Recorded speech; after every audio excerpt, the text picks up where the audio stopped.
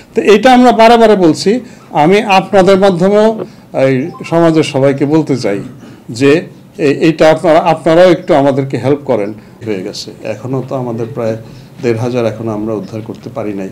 এই জায়গাটায় প্রায় ১,৫০০ কি এটা তাই আলামিন, তাই না? ওকে, এখন হ্যাঁ, সারা দেশে। এখন এই জায়গাটায় আমি আপনাদের সাহায্য চাই। রাজনৈতিক দল তাদের সাথে ওনারা বলবেন যে কমিশন এগুলো করেছে, এখন আপনারা বলেন আপনারা কতটুকু ইয়ে করবেন। আমরা কিন্তু অনেক যুগান্তকারী প্রস্তাব দিয়েছি ওনাদেরকে। হ্যাঁ, একটা আপনারা জানেন যে এই ৫ই আগস্টের পরপরই রাজারবাগের আমাদের পুলিশের লোকেরা তারা কিন্তু নানান ধরনের দাবি দাওয়া দিয়ে আমাদেরকে তারা রীতিমতো একটা ভীতিকর অবস্থার মধ্যে রেখেছিল। তা আমরা প্রথমে লাইনে ঢুকতেই পারতেছিলাম না। অনেক আমাদের আগে যিনি আইজি সাহেব ছিলেন, যারা পুলিশ কমিশনার ছিলেন এবং যারা সহকর্মী ছিলেন, তারা জীবনের ঝুঁকি নিয়ে ওখানে গিয়েছেন এবং তৎকালীন স্বরাষ্ট্র উপদেষ্টা ব্রিগেডিয়ার সাখাওয়াত হোসেন উনিও তারপরে হ্যান্ডেল করেছেন।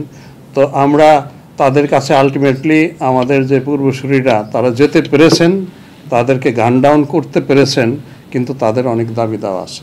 তারা বলছে আমরা যে 12 ঘন্টা 16 ঘন্টা কাজ করি, আমরা তো ওভার টাইম পাই না।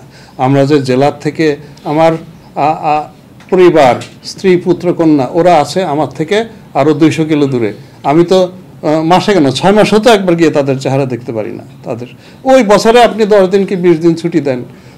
এই যে আপনারা নির্দেশ দিয়ে চলে গেলেন, বিপদে আছি তোমরা, আমরাও চলে যাচ্ছি, তোমরাও চলে যাও, আপনারা তো আমাদেরকে এই বিপদের মধ্যে ফেলে চলে গেলেন। মানে তাদের অনেক বৈধ ইয়ে আছে কিন্তু, এবং ভেরি মাচ কি বলে আমি বলবো রেশনাল, এবং তারা অত্যন্ত ক্ষুব্ধ ছিল মারাত্মক রকম।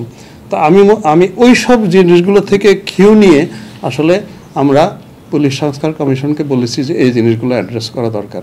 একটা পুলিশের কুপ্রভাব থেকে যেন আমরা মুক্ত হতে পারি, যেটা আপনার এই গত 15 বছরে আমরা দলীয়ভাবে আমাদের উপরে প্রভাব এত বেশি, কুপ্রভাব এত আসছে যে আমরা হেন অন্যায় নাই আমরা করি নাই। আপনারা জানেন, আমরাও জানি, এবং এটার জন্য আমরা অবশ্যই আমরা অত্যন্ত দুঃখিত, অত্যন্ত লজ্জিত। আমরা অত্যন্ত নিজেদেরকে আমরা এটা একটা sort of remorse I feel, কারণ আমি তো I belong to the same police force. এটা আমাদের মধ্যে সেই রিয়েলাইজেশনটা আসে যখন এইসব যেসব চিত্র দেখি, যেসব ঘটনা আমরা ঘটিয়েছি, আমার মনে হয় পৃথিবীর ইতিহাসে কোনো পুলিশ এরকম করে না। সেনাবাহিনী হয়তো যুদ্ধ করতে গিয়ে এগুলো করে, পুলিশ এত নির্মম হতে পারে এটা আমাদেরও, আমি ব্যক্তি হিসেবে আমিও কখনো ধারণা করতে পারি না যে দিস উই ক্যান ডু। তো আমরা ওই জায়গাটা থেকে তাদেরকে বেরিয়ে আনার জন্য, কারণ ওইটা ওনারা কেন করতে গেলেন,